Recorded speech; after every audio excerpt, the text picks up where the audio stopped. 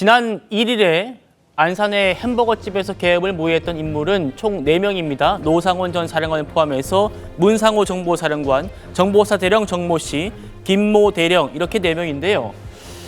오늘 중선관위원회 장악 시도를 인정하면서 국민께 사과한다고 밝힌 분이 있습니다. 보시죠.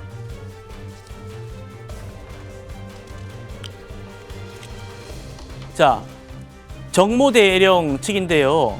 초반 입장과 달리 수사 과정에서 자신의 판단 그리고 행동에 대해서 모든 사실을 자백했다 이렇게 말을 하고 있습니다.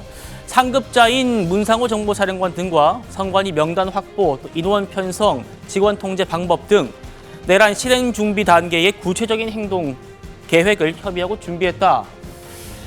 정혁진 변호사님. 네네. 이제 그 내용 다시 한번 보여주십시오. 이 햄버거집에서 모의했다는 그 4분 중에 이 한 분이에요. 정모 대령이. 오늘 처음에는 조사받을 때 아마 부인한 모양이에요. 근데 오늘 자백하는 쪽으로 입장을 바꿨다라고 변호인이 입장을 냈습니다. 어떻게 들으셨습니까? 일단은 아마 그 정대령이 변호사를 선임한 것 같아요. 그래서 변호사하고 상의를 갖다 쭉 했겠죠. 그래서 이런 상황에서 침묵을 한 게 낫겠는가, 거짓말을 한 게 낫겠는가, 아니면 모든 사실을 다 털어놓는 게 낫겠는가. 그런데 지금과 같은 상황에서 그 사실을 부인한다라고 한들 그게 얼마나 갈 수 있겠는가 그런 생각을 했던 것 같고요. 그렇다라고 하면 아마 그 정대령이 자신의 변호사하고 상의를 한 끝에 자백하는 것이 좋겠다 그렇게 판단을 해서 그래서 이렇게 자백을 하고 그다음에 자신의 행동에 대해서 사과를 한 것이 아닌가, 대국민 사과를 한 것이 아닌가 저는 그런 생각이 듭니다. 예. 자, 정모 대령은 변호인을 통해 가지고 당시 선관위 직원들이 출근할 때 신원 확인을 하고 또 회의실로 이동시키는 그런 계획을 준비했고 그 과정에서 어떻게 포박할지 그 방법까지 논의했다라고 주장을 했습니다. 야당은 여기에 주장을 더 붙여가지고 얘기를 하고 있습니다. 만나보시죠. 12월 4일 날 비상계엄이 성공했으면 선관위 직원 30명을 납치해서 감금하려고 했습니다. 무력으로 제압하고 케이블 타이로 손목을 묶고 발목을 묶고 두건을 씌워서 비원 문속으로 이동을 시켜서 감금하려고 했다라는 핵심 제보자들의 증언이 있었습니다. 30분에 대통령 그 담화 비상계엄 내용을 듣고 예. 끝나고 나서 이제 임무는 내일 아침 5시에 출발을 해서 선관위에 5시 40분에 도착을 한다. 예. 그럼 이제 출근을 할 거 아닙니까? 6시쯤. 출근하는 직원들을 그 자리에서 그 자리에서 확인해서 바로 30명 리스트에 맞게 데려오고 차량도 한 민간 차량 한 20대 정도 준비를 한 것 같아요. 저도 믿기지 않아서 여러 확인할 만한 루트로 확인을 했고 실제 그 회의장에 있었던 인원들의 제보도 받았고요. 자 교수님, 야당 의원들의 얘기가 훨씬 더 지금 구체적인 상황이에요. 아직까지 정대령의 변호인 얘기는 거기까지는 간 건 아닙니다만 어쨌든 비슷한 그 과정 얘기는 지금 하는 것 같습니다. 맞습니다. 그러니까 지금 이 노상원 전 사령관을 비롯해서 현직 정보사령관의 사령관과 참모들이 선관위를 어떻게 소위 말하는 그러니까 틀 것인가에 대한 구체적인 행동을 지금 이야기하고 있는 거잖아요.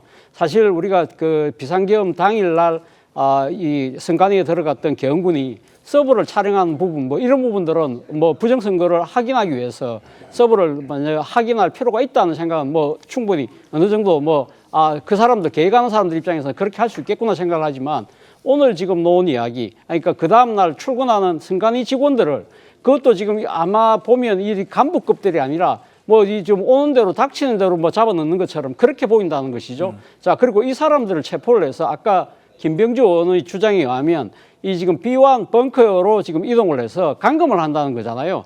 자, 그런 상황이 만약에 실제 진행된다고 한다면 선관위 직원들 입장에서는 어떤 생각을 할까요? 엄청난 공포에 휩싸이지 않을까요? 아마 바로 그런 부분을 이 지금 노상원 전 사령관을 비롯한 그 지금 작당을 했던 사람들이 노렸다는 것이죠. 아마 이런 식으로 무력을 써서 체포를 하고 그리고 지금 고립된 공간에 감금을 하는 순간 아마 선관위 직원들이 부정선거 행위에 대한 자백을 할 수도 있다. 그리고 더 나아가서는 일종의 뭐랄까요. 이 강압적인 분위기 속에서 고문까지도 생각하고 있었던 건 아닐까라는 의심이 들 정도라는 것이죠. 그래서 선관위 직원들로 하여금 이런 공포 분위기 속에서 부정선거에 대한 진술을 받아내려고 했던 구체적 계획을 지금 이야기하고 있는 것이 아닐까라는 생각에 정말 좀 무섭다는 생각이 듭니다. 예, 물론 수사를 통해 확인되어야 된다는 점을 제가 재차 한번 강조드리겠습니다.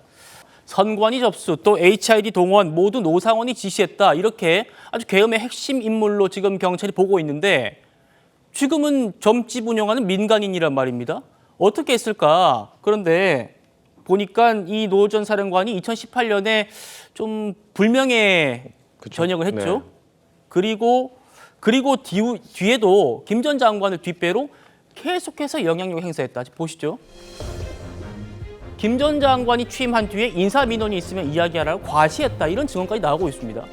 맞습니다. 그 김용현 전 장관과 노상원 전 사령관의 인연이 35년이나 된 인연이라고 하고 군생활 하는 내내 뭔가 둘의 이 친분이 과시되기도 하고 이어져 왔기 때문에 저런 것들이 가능했던 거로 보고요. 그렇다면은 지금 다 궁금증이 김용현 전 국방부 장관이 그 국방부 장관인데 왜 굳이 민간인 출신 퇴역한 군인을 이용했을까 이런 의문점이 드는 거잖아요. 저는 그 답은 김용현 전 장관이 지난 여름에 이 계엄과 관련된 의혹이 나왔을 때 국방위 현안질이 나와서 했던 답변에 전 답이 있다고 봅니다. 그때 김용현 전 장관이 말이 안 되는 얘기 아니냐. 2024년에 무슨 계엄이냐. 지금 군인들 명령하면은 아마 안 따를 것이다. 계엄하라고 해도 안 따를 것이다. 이런 얘기했었거든요.